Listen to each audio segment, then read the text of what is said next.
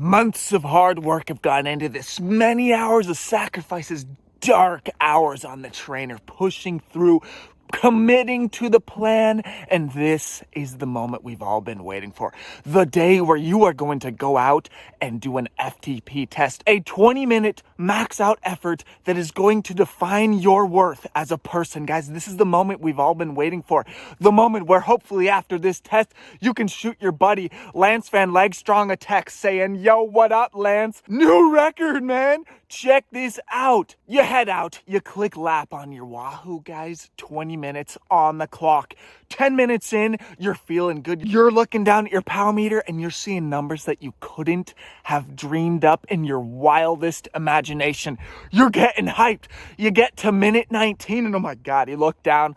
New record. You've never even come close to this power, and what do you decide? That last 60 seconds, who cares? Yeah, I'm just gonna click lap right now, cruise it in and enjoy the fruits of my work. Months of sacrifice into this 20 minutes here. What's the last minute? It doesn't matter. Yeah, I'm just gonna do 19 minutes. That's good enough. Would you ever contemplate doing that? I bet no. So why would you ever contemplate the idea of stopping your training ride 5 minutes short? We had a plan to do 2 hours today. 1 hour, 55 minutes, that's all good. Whatever, yo. Who cares? 5 minutes is obviously not going to be the differentiator, right, guys? Is it really worth banging out a couple of laps around the cul-de-sac just to get those extra 3 or 4 minutes in? Does it really matter in the end? Or are you just a freaking OCD nut job, kegag? Those 5 minutes, yeah, let's be real, they probably aren't going to make the difference. That said, if we do the calculations, when you add all those up, if we're 3, 4, 5 minutes short each day, that's going to be 300 minutes a year. That's 2 weeks of training for a lot of amateur athletes who have 6, 7 hours a week. Would 2 weeks of pounding Cheetos and Takis on the couch without doing a single ounce of exercise negatively affect your physical state? You're goddamn right it would. So, I mean, if you think of it like that, maybe those 3 minutes every day do end up meaning something. But guys, that is not the point of this video. Now, I don't care if you're a pro. I don't care if you're doing this for a living. You're a weekend warrior or you're just some random person that wants to improve as a cyclist.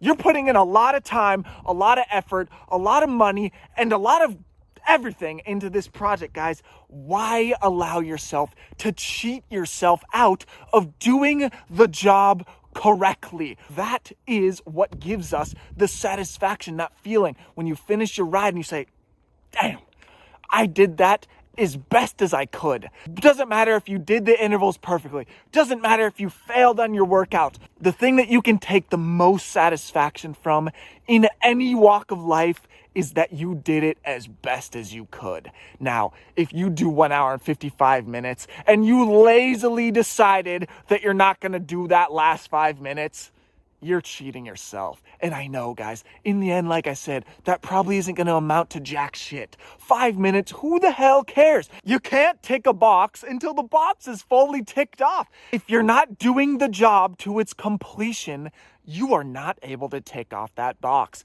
And if you're lying to yourself and you say, I ticked the box off mostly, did it mostly, you're just lying to yourself. You're cheating yourself semi-correctly, semi-well. And then that stuff adds up in the end. If I do that training exactly how I wanted and I tick that box for real, I get off the bike, I'm proud of myself. I know that I did it how I wanted to. And that goes snowballing into many other aspects of my life.